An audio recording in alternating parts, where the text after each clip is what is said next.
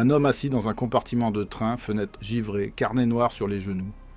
Il a 30 ans, relit des vers de Baudelaire et trace au crayon un mot sec. Agir. Même main, 30 ans plus tard, signera des décisions qui engagent des millions de vies. Entre ces deux images, une trajectoire française jusqu'à l'obsession. Se hisser du Cantal à l'Élysée sans perdre le goût des livres, ni la main de celle qui marche à ses côtés. Montboudif, 1911. Hameau froid, cloche claire, parents instituteurs. La maison sent la craie et la soupe. Et l'enfant qui s'appelle Georges apprend très tôt que la langue est un outil, pas un décor. Le père, Léon, exige l'effort. La mère, Marie-Louise, affine l'oreille. On déménage vers Albi, puis vers Paris pour les études. Le garçon mince, par-dessus trop grand, passe sous le porche du lycée Louis-le-Grand avec une combinaison explosive. Mémoire précise, exigence sèche, ironie discrète. Il travaille plus que les autres et ne s'en excuse jamais. Rue d'Ulm, l'école normale supérieure, années 30. Les murs sentent l'encre et la poussière de craie. Il prépare l'agrégation de lettres, lit tout, retient tout, discute peu. 1934. Agrégé. À Marseille d'abord, puis à Paris, il enseigne la littérature avec une voix qui coupe court au bavardage. Il parle de Ronsard comme d'un contemporain, de Racine comme d'un fil tendu au-dessus du vide. Selon plusieurs témoignages d'anciens élèves, il ne joue pas au professeur. Il conduit, net, sans anecdotes inutiles. La même année, un regard change la topographie intime. Claude Cahour, silhouette vive, esprit aigu. Élégance sans préciosité. Ils se marient en 1935. Ils forment une paire à contre-courant. Lui, discret et presque sévère. Elle, sûre de son goût, de ses amis, de sa liberté. On les voit dans un café près d'Odéon, taste blanche, journaux dépliés. Lui, raide, aligne des idées. Elle, souple, propose, coupe, sourit. Cette complicité n'est pas un décor, elle devient méthode. Claude l'ouvre à un monde qu'il regarde avec curiosité tendue. L'art moderne, les maisons lumineuses, la conversation comme un art. Leur appartement reste simple, mais sur une table basse, des catalogues chefs de galerie voisinent vite avec des éditions annotées. En 1942, ils accueillent Alain, un enfant qu'ils élèvent comme le leur. Dans une époque de pénurie, cette famille, à trois, se forge un abri moral. 1939 à 1940. Mobilisation, débâcle. Il est un lieutenant sérieux, pas un héros flamboyant. Après l'armistice, retour à la vie civile, mais le monde a basculé. Paris s'assombrit, rideaux tirés, couvre-feu, pas lourd dans les escaliers. Lui garde deux réflexes, la prudence et l'exactitude. 1944, libération de Paris. L'air est métallique, les cloches se déchaînent. Par réseau d'amitié et par réputation de cerveau fiable, il approche l'entourage du général de Gaulle et entre, en 1944, au cabinet du chef du gouvernement provisoire comme chargé de mission. La machine de l'État renaît dans des bureaux sans meubles, des cartes punaisées au mur, des téléphones qui sonnent trop. Ils s'y font avec une vitesse qui surprend les vieux routiers. Dossier lisible, décision claire, pas de cabotinage. Dans une salle mal chauffée du ministère, un soir de janvier, il pose la main sur un dossier « Finance ». Les pages craquent. Il écoute, conclut, tranche. Il découvre qu'il aime ce mélange de logique et de puissance.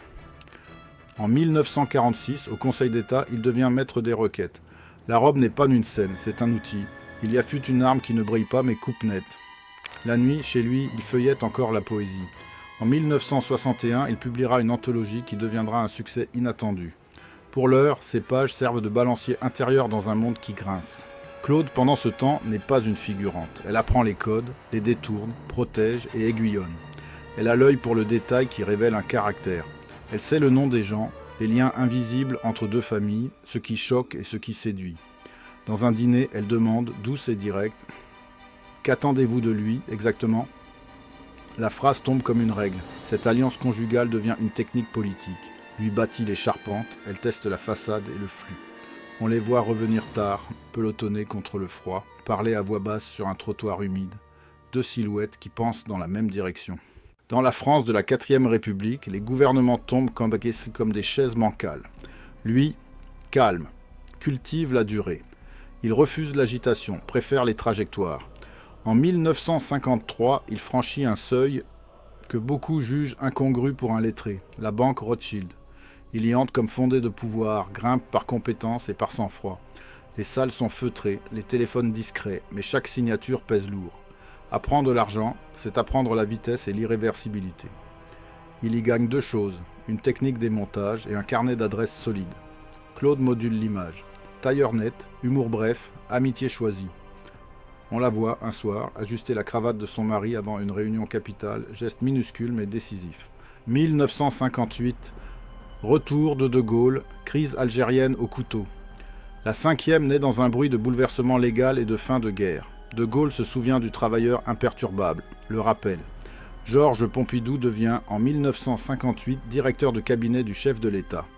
On lui confie l'architecture des décisions. Il ne parle jamais pour occuper l'espace. Il parle pour le découper. Son écriture sur les notes est sans fioriture. Oui, si. Non, car... À la maison, la lumière demeure tard. La table se couvre de feuilles. Claude filtre, rassure, ferme la porte quand il le faut. Elle comprend que la visibilité est une monnaie à dépenser avec parcimonie. Elle choisit de l'épargner. Dans un couloir de l'Élysée, par un matin de pluie, un officier trébuche. « Monsieur Pompidou, une urgence. » Il avance, silhouette déjà reconnaissable, épaules carrées, regard droit. Il a appris à encaisser, à ralentir quand tout s'emballe. Les dossiers s'enchaînent, l'Algérie saigne, les mots « cessez le feu » circulent comme une hypothèse fragile. Dans les négociations d'Évian qui aboutissent en 1962, il n'est pas le signataire mais l'un des organisateurs de l'ombre. Tenir l'agenda, recadrer, éviter les pièges. Les témoins le décrivent comme un métronome, pas d'éclat, pas d'improvisation, une main sûre sur le tempo. Le couple, lui, encaisse à sa manière le coup de cette montée. Moins de dîners avec des amis artistes, plus de visages durs et de sourires prudents. Claude éprouve la rudesse de certaines remarques, l'œil qui jauge, le coup de fil qui inquiète. Elle résiste par le style, cette forme d'armure. Une photographie les montre à l'entrée d'un théâtre, lui en manteau sombre, elle en robe claire, regard de face. On y lit une promesse et un défi. 1962. Georges Pompidou devient Premier ministre. Rendez-vous à Matignon, code de la porte, fracas léger des talons dans le vestibule. Il sait que le poste brûle ceux qui s'y installent mal. Il s'y assied avec l'autorité d'un professeur qui reprend une classe difficile. La France engage sa modernisation, accélère les grands chantiers, discipline l'administration. Il privilégie les équipes compactes, des notes d'une page, des objectifs mesurables. Quand il s'adresse à un directeur, c'est pour demander une date, un chiffre, un moyen. Dans son bureau, sur une table basse, un cendrier plein et posé à côté un mince volume de Verlaine, contraste assumé. Au même moment, dans le Paris qui se libère et se radicalise, les femmes prennent la parole. Claude, à sa manière, s'y accorde. Elle n'est pas militante. Elle invente un rôle. Selon des proches, elle conseille la prudence sur le ton public, la fermeté sur la dignité privée. Elle le protège, par l'allure, dit une amie, par cette façon d'installer le respect avant les mots. Ensemble, ils apprennent la vulnérabilité nouvelle des réputations à l'ère des magazines et des dîners où l'on prend des notes mentales. Scène courte, un samedi, avenue Matignon, vitrine d'une galerie. Claude s'arrête devant une toile abstraite. Georges lève un sourcil, s'avance, écoute la galeriste parler de couleurs et de silence. Il ne se convertit pas à l'instant, mais il comprend que la modernité n'est pas une coquetterie. C'est un langage d'époque. Cette intuition, plus tard, deviendra architecture, musée, horizon. Pour l'heure, c'est un fil intime entre eux, une conversation qui ne ressemble pas au décret. Et puis la faille, mince au début, que personne ne sait encore nommer. 1966 à 1967, la fatigue s'installe, un rhume traîne, une toux reste. Il ne s'en plaint pas, il accélère même. Les décisions s'enchaînent, la popularité se mesure comme une courbe capricieuse, les adversaires se solidifient, les ambitions internes se réveillent, les petites phrases commencent à mordre. On le dit trop froid, trop sûr de lui, trop banquier pour les uns, trop lettré pour les autres. Rien de catastrophique encore, un léger sifflement dans la machine. Le printemps 1968 approche comme une vibration sourde. Les universités s'embrasent, les rues se couvrent d'affiches fraîches. On entend des slogans, des pavés, des sirènes. Pompidou, Premier ministre, va se trouver au centre d'un orage qui exige une capacité très rare, négocier sans céder la colonne vertébrale. À la maison, Claude replie les inquiétudes dans des gestes concrets. Elle évite les regards qui guettent une faiblesse. Elle maintient l'allure. Ils savent que la politique n'est pas seulement une lutte d'idées, c'est aussi une lutte de récits, et qu'un mot mal placé, un visage trop las, peuvent tout renverser. Dans un couloir sombre de Matignon, tard le soir, ils s'arrêtent devant une fenêtre ouverte sur la cour. L'air est lourd, la rumeur monte de la ville. Ils pensent à l'enfant du Cantal, à la salle de NS, à la banque, à la première main serrée par De Gaulle, à la voix de Claude dans un salon trop clair. Il sait que ce qui vient ne se résoudra pas avec une belle phrase. Il faudra des chiffres, des heures, des concessions, et quelque chose d'encore plus rare, un récit crédible de l'ordre retrouvé. La partie se termine ici, sur une imperceptible fissure dans la glace. Un bruit lointain, un papier plié dans une poche, un prénom murmuré au téléphone. Rien n'a encore explosé, mais l'air a changé de densité. Les alliances devront se retendre, les certitudes se réviser, et la frontière entre le privé et le public, que le couple a appris à tracer avec soin, va être testée à la limite. Une salle nue, des chaises renversées, des affiches encore humides qui collent au mur. 3 chiffres griffonnés sur un coin de table. 10 millions de grévistes. Une phrase lancée à mi-voix dans le vacarme. Il faut parler et tenir. Mai 1968 n'a pas de mode d'emploi. À Matignon, Georges Pompidou se met au centre du tourbillon et choisit une boussole simple. Négocier vite, sans perdre l'ossature. Nuit après nuit, la voiture sombre file rue de Grenelle. Le 27 mai, autour d'une table trop étroite, leaders syndicaux, patronat et ministres s'affrontent à la minute près. Les feuilles bruissent, les voix se cassent, les mains tremblent sur des verres d'eau tiède. Pompidou garde le ton plat, questions numérotées, concessions pesées. Le paquet sort du four aux premières heures, hausse du SMIC de 35%, relèvement général des salaires, syndicalisme reconnu dans l'entreprise. Les micros crépitent, les couloirs se vident. Dans sa poche, un stylo rayé de coups d'ongles, souvenir d'une nuit où la République a retenu son souffle. La cérémonie de la reprise n'est pas immédiate. Les cortèges persistent, les slogans débordent, l'autorité se reconstruit à pas compter. Le 30 mai, De Gaulle parle, promet la dissolution de l'Assemblée. La foule gaulliste envahit les Champs-Élysées. À Matignon, les rideaux frémissent, les téléphones chauffent. En juin 1968, les urnes livrent un verdict sans nuance, une majorité écrasante pour l'UDR. Pourtant, la victoire politique ne protège pas de la tectonique des caractères. Le 10 juillet, De Gaulle remplace Pompidou par Maurice Couve de Murville. Le couloir paraît plus long que d'habitude, la poignée de la porte plus froide. Scène brève, un carton, quelques livres, un cendrier, un regard vers la fenêtre. Il a tenu le pays debout et se retrouve dehors, pris d'un sang-froid qui a aussi fait de l'ombre. Claude encaisse la secousse avec sa méthode. Elle garde l'allure, désamorce les curiosités, choisit la discrétion comme un gant parfaitement coupé. Un soir d'été, sur le balcon, elle pose une main sur l'avant-bras de son mari. « Tu n'as rien à regretter. » Eux deux ne jouent pas la scène.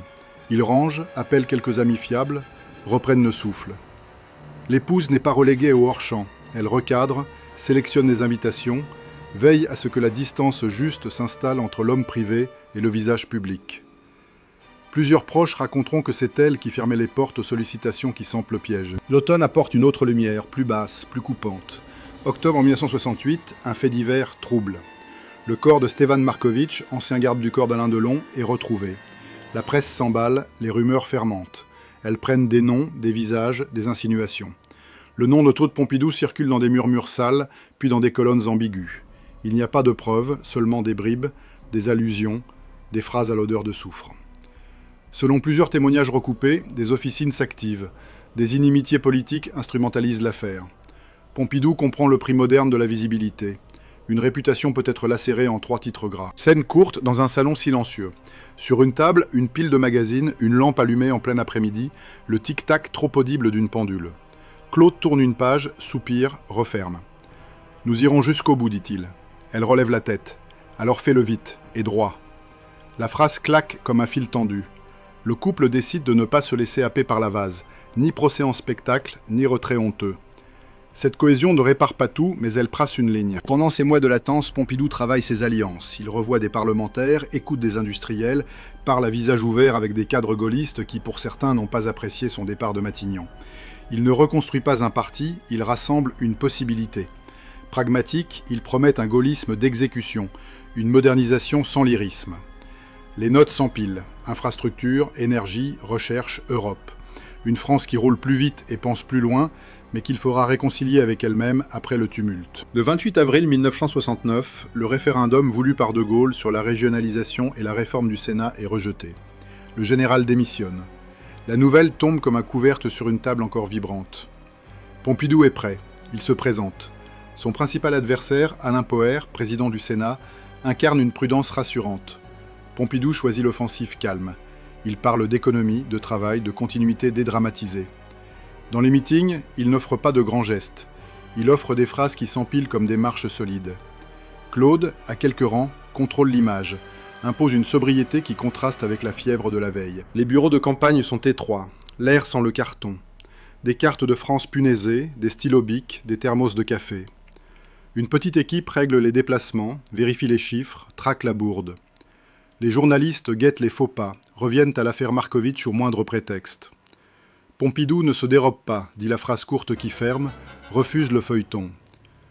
Plusieurs sources raconteront plus tard combien cette capacité à ne pas nourrir l'incendie a découragé la machine à rumeurs. Mais la cicatrice reste.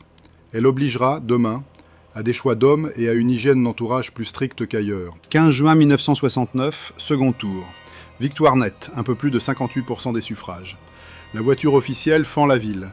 Paris a cette lumière laiteuse des fins de printemps. Au moment d'entrer à l'Élysée, un détail. Il pose brièvement la main sur le rebord de pierre, comme pour en prendre la mesure.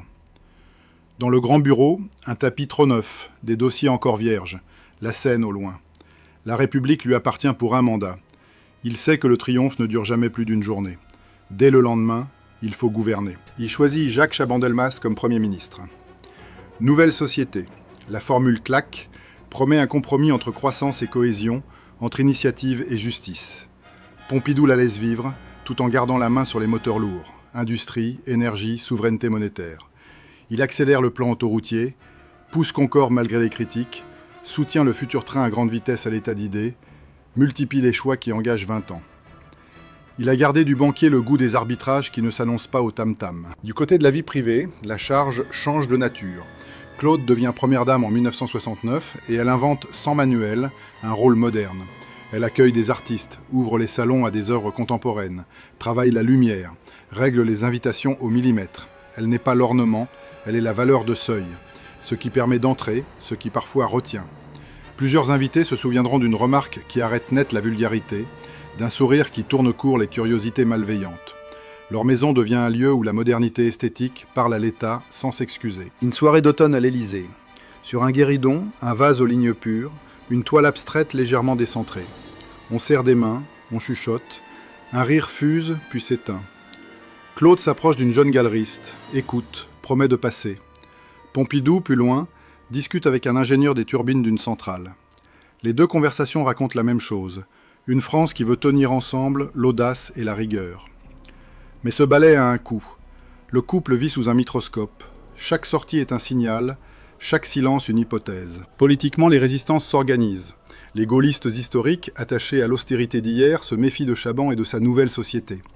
Les gaullistes sociaux poussent à l'expérience, la droite d'affaires réclame des réformes plus tranchées, l'opposition guette la faute. Pompidou arbitre, tranche, recadre. Il sait que chaque tranche crée une perte. Ses relations avec Chaban s'usent à force de divergences discrètes. L'un parle d'ouverture, l'autre de contrôle. La popularité se courbe au rythme des chocs pétroliers à venir, dont on commence à percevoir les prémices sur les marchés, et au rythme des impatiences intérieures. Dans ce climat, l'affaire Markovitch n'a pas disparu. Elle change de forme. Elle devient une ombre portée, un nom qui revient dans un article, une malveillance qui se répète dans un dîner. Plusieurs témoins diront que Claude s'est endurci, que son humour s'est aiguisé. Elle défend sa dignité sans théâtralité par la continuité de son comportement. Pompidou, lui, prend acte. Il impose une vigilance accrue sur les entourages, réduit les porosités, ferme les portes aux doublures douteuses. Ce tri permanent coûte en capital humain et politique. On perd des talents ambigus, on gagne en sécurité, on agace ceux qui se croyaient indispensables. Scène de travail. Un samedi, bureau dépouillé, lumière blanche. 3 dossiers alignés. Industrie, université, justice. Il signe, annote, bif. Un appel à Claude pour une question de protocole qui en cache une autre. Jusqu'où ouvrir ? Elle répond simplement, en nommant une personne, en écartant une autre. Le politique et l'intime se frôlent sans cesse, comme deux rails. Le raccord est devenu un instrument de gouvernement. C'est efficace, mais cela crée une dépendance réciproque qui fragilise si l'un vacille. À l'international, il imprime sa marque. 1970-1972, il consolide la relation avec l'Allemagne de Willy Brandt, défend une Europe élargie mais gardienne de ses décisions monétaires, résiste aux pressions américaines quand il le faut, parle en voix basse avec Moscou, sans naïveté. Les conférences sentent la fumée de cigarettes, les traductions simultanées, les beefsteaks tardifs. Il préfère les formats resserrés, les notes courtes, les décisions datées. Sa France ne veut pas plaire, elle veut compter. Au fil de ces premières années, la modernisation dépasse l'économie. Elle touche la ville, les usages, le regard. Claude pousse un projet qui pour l'heure n'est encore qu'une intuition, un centre vivant, mêlant art moderne, musique, livres, ouvert à tous, en plein cœur de Paris.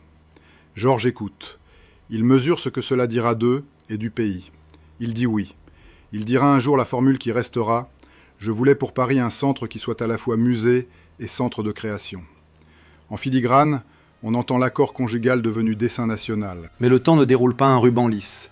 La fatigue revient en ondes, cette fois au sommet de l'État. Rien d'aveu public. Un rhume plus long, une toux qui s'installe, des examens qu'on diffère. Il continue, parce que sa méthode est d'avancer. Parallèlement, la politique intérieure se durcit. Le projet de nouvelle société patine, les rivalités à droite se creusent, l'opposition s'organise. En 1972, il change de Premier ministre et nomme Pierre Messmer, militaire austère, pour resserrer la ligne. Le geste a un sens. Priorité au contrôle, mise à distance des éclats. La partie se referme sur un nœud qu'on ne peut plus défaire sans perte. L'homme est président depuis 1969, installé, efficace, marqué par des victoires solides. Son couple a traversé un lynchage médiatique sans preuve, mais la cicatrice dicte des prudences coûteuses. Ses choix ont lancé des chantiers qui engagent l'avenir, mais ils ont créé des fractures dans sa propre famille politique. Et cette fatigue qui recommence à ronger les heures tardives laisse deviner une facture plus lourde. Il a avancé, et pour continuer, il lui faudra payer 2 fois, en usure intime et en ruptures assumées. Derrière une porte refermée, on entend un verre posé un peu trop fort sur une soucoupe. Le pouvoir tient, mais il a pris une texture qui colle aux doigts. 2 annonces qui n'en font qu'une. En octobre 1973, le prix du baril quadruple, et dans un cabinet médical feutré, un résultat tombe, sec comme un verdict. Dehors, panneau dimanche sans voiture, dedans, un mot compliqué, murmuré entre 2 silences, macroglobulinémie de Waldenstrom. Le pays surchauffe, l'homme se refroidit. À partir d'ici, chaque décision publique a une ombre privée, et chaque souffle privé a un coup d'état. La scène est simple. Une lampe basse, un médecin qui ajuste ses lunettes, un dossier refermé avec trop de précautions. « Il faudra aménager vos forces. » Il répond sans hausser la voix. « Nous n'avons pas ce luxe. » Selon les proches, le diagnostic circule en cercle étroit. Un président encore jeune à l'échelle des vieux marathoniens de la République, mais que la fatigue gagne par vagues. Une toux qu'on camoufle, des traits qu'on maquille, des agendas que l'on compresse d'un geste ferme. Le secret médical devient protocole politique. Claude prend le rôle de rempart sans mots. Gestion des apparitions, tri des invitations, vigilance aimante et froide. Dehors, la courbe du monde change. 1972-1973, l'Europe s'agrandit, la communauté accueille le Royaume-Uni, l'Irlande, le Danemark. Pompidou a poussé l'élargissement non par romantisme, mais par calcul de puissance. L'axe avec Bonn tient, la conversation avec Brandt garde cette gravité souriante des hommes qui savent compter. L'entrée londonienne, c'est un pari. Ouvrir sans se dissoudre. Dans une salle de réunion au mur boisé, il pose sa main sur la carte d'Europe et dit à voix basse pour un conseiller « Plus grand, c'est plus lourd, c'est plus stable. » Une phrase comme une poutre. À Paris, l'expérience de nouvelles sociétés s'étiole. Juin 1972, fin du tandem avec Chaban-Delmas, usé par les heurts de style et de priorité. Pierre Messmer arrive, régulier, martial, rassurant pour les colonnes porteuses. Le gouvernement se resserre, l'Élysée reprend les commandes fines. Le pays, lui, respire déjà au rythme d'un monde pétrolier tendu. Dans les couloirs, on parle d'indexation, d'INSEE, de taux. La main de Pompidou trace sur une page un escalier de chiffres. Croissance, inflation, déficit. Il garde la méthode, mais l'inertie s'est évaporée. L'économie réagit comme un métal chauffé à blanc, imprévisible et nerveux. La santé s'invite dans la dramaturgie sans apparaître au fronton. Les médecins composent, les rendez-vous se déplacent de 2 heures et les voyages se recalibrent. Une visite d'État se réduit d'une journée, un déjeuner devient un entretien assis plus court. Claude met en place une chorégraphie de protection qui n'a rien de décoratif. Dans une voiture, elle attrape au vol un dossier qui tombe, vérifie le nombre de marches d'un perron, demande à l'attaché de presse d'éviter les photographies trop rapprochées à la lumière crue de midi. Elle agit pour sa dignité autant que pour l'efficacité. « Montrer peu pour pouvoir faire beaucoup », dit-elle un soir, en rangeant des cartons d'invitation. Janvier 1973. Législatives à venir, puis l'orage d'octobre. Les semaines antérieures à l'embargo pétrolier ont une couleur particulière. L'air fait de chiffres, de câbles téléphoniques, de cartes marines où passent des tankers comme des pions vitaux. Les réunions se multiplient à l'Élysée, place Beauvau, à l'hôtel Matignon. Pompidou tient le cap franco-européen, refuse les paniques, organise la sobriété. Fin 1973, les dimanches sans voiture installent un rituel étrange. Paris devient silencieuse, le périphérique ressemble à une piste vide, des cyclistes souriants longent des bus à moitié pleins. Ce tableau, c'est aussi un constat. Le pays découvre sa dépendance et l'État ses limites. Dans le même temps, la corde intérieure se tend. La rumeur, cette vieille machine française, repart en grinçant. Les traces de l'affaire Markovitch, jamais jugée pleinement en justice médiatique, ressurgissent au moindre prétexte. Une photo mal cadrée, une soirée trop commentée, un article aux angles morts, Claude sait les lire, les détourner, les rendre inopérants par le calme. Elle ne s'excuse pas d'exister, elle impose une verticalité douce. Elle compense aussi par un projet qui devient béton, verre et tuyaux de couleur, le futur Centre national d'art et de culture. Les plans prennent vie, le choix Beaubourg est assumé. Des réunions serrées s'enchaînent, l'architecture high-tech de Piano et Rogers s'impose contre les habitudes. « Ce sera un lieu vivant », dit-elle à un sceptique en lui tendant un café. Lui répond « à condition d'y mettre du monde ». Elle conclut « nous commencerons par y mettre Paris ». Le trait d'esprit n'est pas une coquetterie, c'est une stratégie d'adhésion.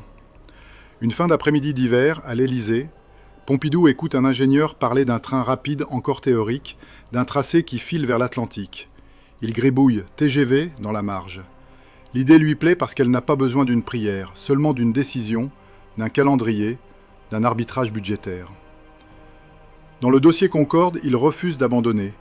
Malgré le bruit, les protestations, les coups, il maintient le geste. Concorde, c'est le pays qui signale au monde sa capacité à vaincre l'angle droit. Un soir, sur un tarmac froid, le fuselage blanc reflète une lune pâle. Il regarde, muet, main dans les poches. L'âme du banquier et celle du lettré se rejoignent.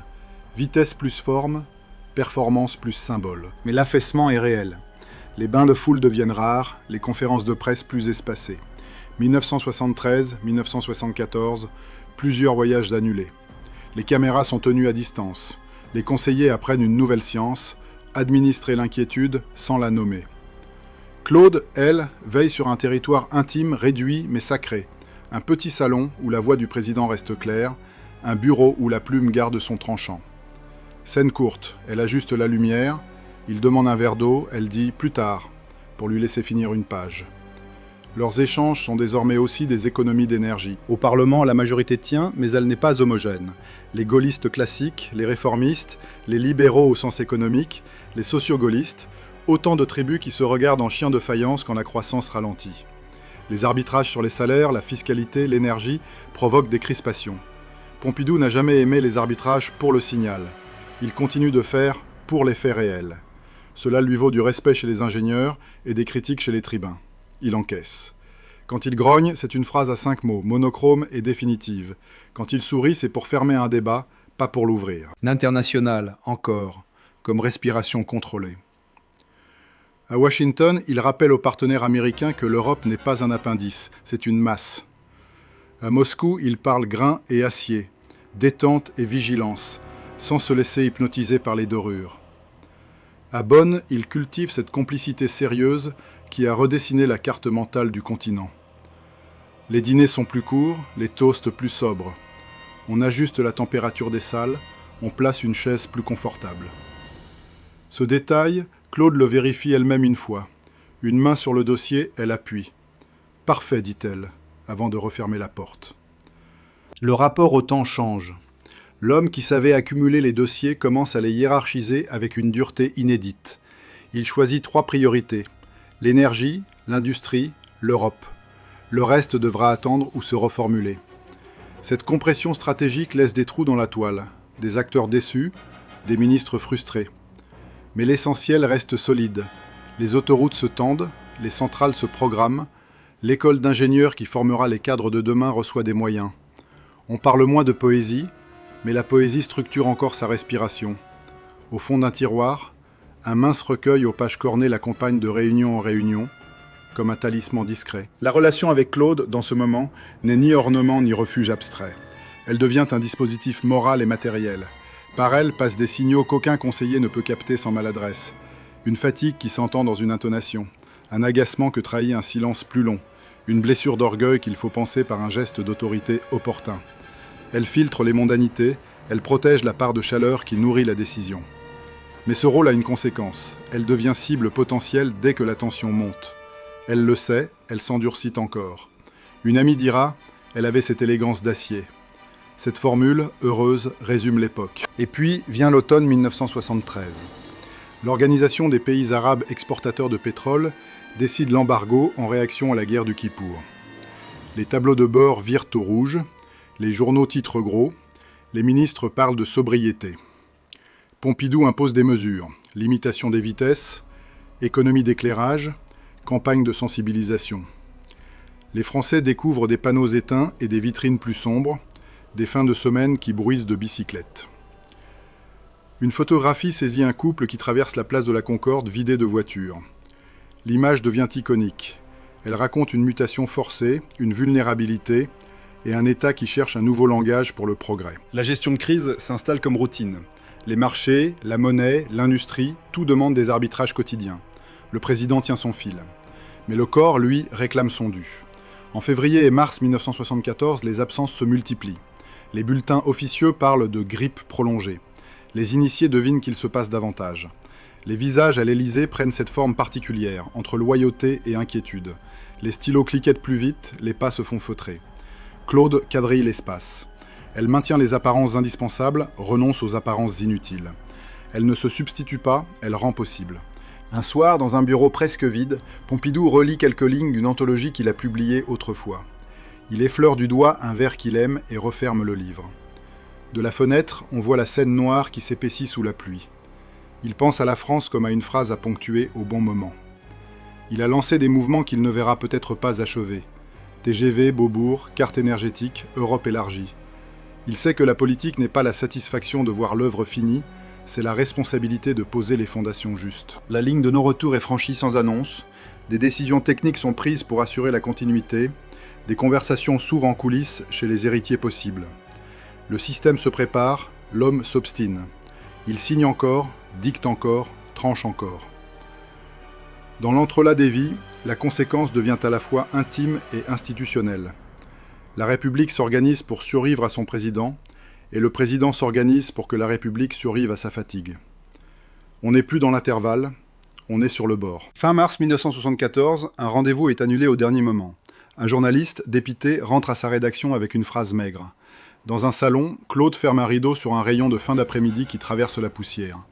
Elle regarde sa montre, puis le couloir, puis revient s'asseoir. Elle sait que le temps a changé de densité. Les conséquences de ces années, modernisation accélérée, Europe agrandie, société secouée, État reconfiguré, ne lui appartiennent déjà plus. Elle pèse désormais sur tous. Et l'épreuve qui vient, en une date précise et brutale, va transformer une fatigue en absence et une trajectoire en héritage. 4 mots lisibles sur un papier plié, déposé sur un bureau vert. Le président est mort. Une horloge sonne 9 fois, la vide retient sa respiration. Nous sommes le 2 avril 1974, en soirée. Paris écoute un communiqué bref comme un choc. Les couloirs de l'Élysée deviennent trop longs, les pas résonnent. Dehors, la pluie raye des trottoirs. Dedans, on éteint une lampe que l'on tenait allumée depuis des semaines pour conjurer l'évidence. Les heures qui suivent ont la précision froide des protocoles. Le président du Sénat, Alain Poher, assure l'intérim. Le gouvernement se resserre, la garde républicaine ajuste ses gants blancs. Et soudain, au milieu des procédures, un détail humain. Un manteau posé sur le dossier d'un fauteuil, encore tiède, que personne n'ose déplacer. La République a appris à survivre à ses chefs, mais chaque mort à ce niveau laisse un bruit de porcelaine cassée. Dans les rédactions, on rature des nécrologies écrites trop tôt. On vérifie des dates. 1911-1974, 1969-1974. 5 années de pouvoir condensé, comme un métal rare. Dans une chapelle ardente silencieuse, les regards se posent sur un visage immobile qu'on a tant guetté derrière des vitres fumées. Les chefs d'État étrangers s'annoncent, les cartes grises s'accumulent devant l'aérogare de Villacoublay, les motorisations ronronnent avec un respect grave. À Notre-Dame, les voûtes absorbent le chant, le protocole déroule le tapis mesuré des hommages. Les caméras glissent sur des silhouettes, s'arrêtent sur la première dame. Claude avance, droite, sans effet. Elle serre une main, incline la tête, garde la ligne. Elle ne joue pas la veuve régnante. Elle tient la place, ce qui n'est pas moins exigeant. Puis vient le trajet plus court, plus intime. Orvilliers, Yvelines, cimetière simple. Un rectangle de terre nue, quelques bouquets au ruban tricolore, une lumière blanche sur des visages blanchis. La France officielle se dissout en petites grappes de proches, d'anciens collaborateurs, de voisins qui se souviennent d'un salut discret. Dans le silence, un bruit, presque rien. Une pelle qui touche une pierre. Claude ne pleure pas en public. Elle regarde le sol puis se redresse. Son mari n'est plus, mais la part qu'ils ont patiemment tissée dans la cité ne se dissout pas. Elle va prendre un nom, une adresse, des murs. 3 ans plus tard, janvier 1977, une façade de verre et de métal aux tuyaux colorés se dresse au cœur des Halles. On l'appelle Centre national d'art et de culture Georges Pompidou. Paris discute, s'échauffe, s'approprie. Certains crient au chantier d'usine, d'autres à la cathédrale moderne. Les files se forment pourtant. Des enfants courent sur la grande piazza, des étudiants montent le long des escalators transparents, des retraités s'arrêtent devant un mobile qui bouge avec l'air. L'idée rêvée à deux, jadis, autour d'une table basse, devient lieu commun au meilleur sens, un endroit pour apprendre à regarder différemment. Claude y marche un matin avant l'ouverture, talons mat sur le sol lisse, et s'arrête une seconde devant un tableau qu'elle a connu dans un salon privé. Elle souffle juste, c'est bien. Le bâtiment n'efface pas une absence, il la transforme en mouvement. La modernisation amorcée durant le mandat trouve ailleurs d'autres prolongements. Le Concorde, que Pompidou avait voulu maintenir envers et contre les procès en bruit et en coups, fend le ciel en service commercial à partir de 1976. Ce n'est pas son geste, c'est sa ligne. Tenir une démonstration d'excellence, même quand l'équation économique hésite. Le train à grande vitesse, qui n'était encore qu'un faisceau de notes et une intuition énergétiquement lucide au début des années 1970, devient, après 1974, un chantier si vaste qu'il recompose la carte mentale du pays. On ne cite pas le nom d'un président à chaque quai, mais ceux qui faisaient partie des réunions d'hiver à l'Élysée gardent mémoire de ces minutes où ils avaient griffonné « TGV », puis demandé un calendrier, une alimentation électrique, un phasage. Dans les arrêts de gare des années 1980, au moment où les portes se ferment, on entend encore le frottement de ces arbitrages. Autre héritage, plus lourd, plus froid, le choix de l'indépendance énergétique. Début mars 1974, le Premier ministre Pierre Messmer annonce l'accélération d'un programme nucléaire sans précédent. La décision, pratiquée à l'état-major mais mûrie à l'Élysée, répond à la dépendance révélée par l'embargo de 1973. On peut discuter les modèles, les risques, les coûts. Reste une évidence, ce pari au long cours va structurer durant des décennies le prix de la lumière dans les cuisines, la facture des usines, la marge de manœuvre stratégique. Une photographie en noir et blanc montre une salle de commande au cadran rond, chemise blanche, consigne nette. Derrière ce tableau d'ingénieur, l'ombre d'un lettré qui n'a jamais eu peur de la technique. Sur l'Europe, l'empreinte est moins spectaculaire, mais durable. L'élargissement de 1973, Royaume-Uni, Irlande, Danemark, n'a pas été un exercice de sociabilité, c'était une volonté de masse critique. On le mesure en le fonctionnel. Décisions monétaires, politiques agricoles, voix européennes plus lourdes dans la conversation mondiale. La relation avec Bonn, consolidée par des rendez-vous plus sobres que cérémonieux, a installé une habitude qui résiste aux alternances. Ceux qui plus tard signeront des traités jassants sur des tables vernies héritent aussi de cette façon de faire, parler en peu de mots et en tenir beaucoup. La question posée dès l'ouverture, quel homme, quelle trajectoire, quel prix, appelle ici ses réponses sans trompette. L'homme venu des lettres aura transformé l'État non par slogan mais par réglage.